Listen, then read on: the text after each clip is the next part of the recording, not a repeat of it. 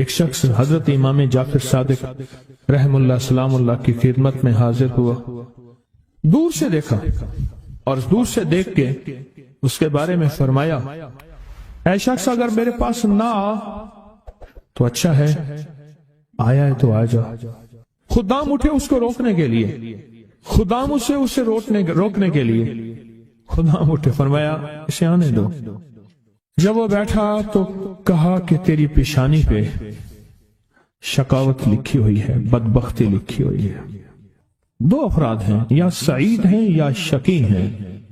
میرے آقا سرور کونین صلی اللہ تعالی علیہ وسلم کی دعائیں ہیں باقاعدہ ایسے لوگوں کے لیے جو اگر شقی ہیں، اللہ ان کو سعید بنا دے، ان کو سعادت مند لوگوں میں شامل کر دے۔ ایسے لوگ جن کے لیے تیری نظر رحمت ہے، تیری خوشخبریاں ہیں، اور جن کے لیے تو نے جنت کو آراستہ کیا ہے۔ فرمایا تو خاموش بیٹھ جا، بیٹھ گیا اور کہنے لگا کہ آپ نے میری پیشانی کو پڑھ لیا، بس میں اسی لیے آیا ہوں، بس میں اسی لیے آیا ہوں اور آ کے آپ کی خدمت میں۔ کیا ایسا ممکن ہے کہ میری یہ شقاوت ختم ہو جائے؟ درک شقاء قرآن میں ہے، حدیث میں ہے، وسوء القضاء وشماتۃ الاعداء جہد البلاء، اللہم انی اعوذ بک من جہد البلاء ودرک الشقاء وسوء القضاء وشماتۃ الاعداء۔ ممکن ہے؟ ہاں ممکن ہے، ممکن ہے۔ تو پوچھا کیسے؟ کہا اپنی دعا کے وقت کو بڑھا اور دعا کی زاری کو بڑھا اور دعا کی توجہ کو بڑھا اور دعا کا غم اپنے اوپر طاری کر، مسلط کر۔ دعا کا غم، مسائل، قرضوں، بیماریوں اور تکلیفوں کا غم تو سنا، دعا کا غم کیا ہوتا ہے؟ دعا کا غم یہ ہے کہ آج کے دن میں میں نے اللہ جل شانہ سے کتنی دیر باتیں کی اور اللہ سے کتنی دیر میں اللہ کو منانے میں لگے اور کتنی دیر اللہ کے خزانوں سے لینے میں لگے۔ دعا کا غم اپنے اوپر مسلط کر، تیری شقاوت ختم ہو جائے گی۔ شہنشاہ آل بیت، ان کا فرمان میں بتا رہا ہوں کہ دعا کا غم اپنے اوپر مسلط کر۔ یقین جانیے کوئی خبر نہیں، کل کی بات ہے، ملاقاتیں روز ہوتی ہیں ملاقاتیوں سے۔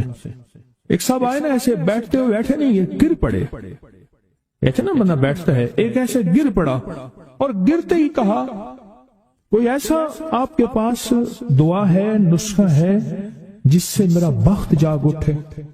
الفاظ ہیں، یقین جانیے میں چپ کر کے بیٹھ گیا۔ کہنے لگا میرے پاس، پھر اس کے آپ دیدہ ہو گیا، کہا مجھ سے بالکل ناقص، نہ بولنے کا فن، نہ جاننے کا فن، نہ کھانے کا، نہ پینے کا، کوئی سلیقہ نہیں، بے سلیقہ ہیں، ایسے ہاتھ ڈالتے ہیں سونا ہو جاتا ہے۔ اور میرے ساتھ وہ لوگ ہیں کہ مجھے جو آپ سوچ نہیں سکتے کہ میری پہنچ کن لوگوں کے ساتھ ہے، پر آج تک بھی جہاں میں نے ہاتھ ڈالا ہے مٹی ہو گیا۔ تحفہ آپ کو دینا چاہوں گا، اور یہ وہ تحفہ ہے جو آج بھی کعبہ کے غلاف پہ لکھا ہوا ہے۔ یہ وہ تحفہ ہے جو آج بھی کعبہ کے غلاف پہ لکھا ہوا ہے، لا الہ الا اللہ الملک الحق المبین۔ پڑھا کہ چھوٹا سا واقعہ سنا دو، بس مختصر سا واقعہ ہے، اور یہ واقعہ سیدہ فاطمہ کی روایات سے ملتا ہے۔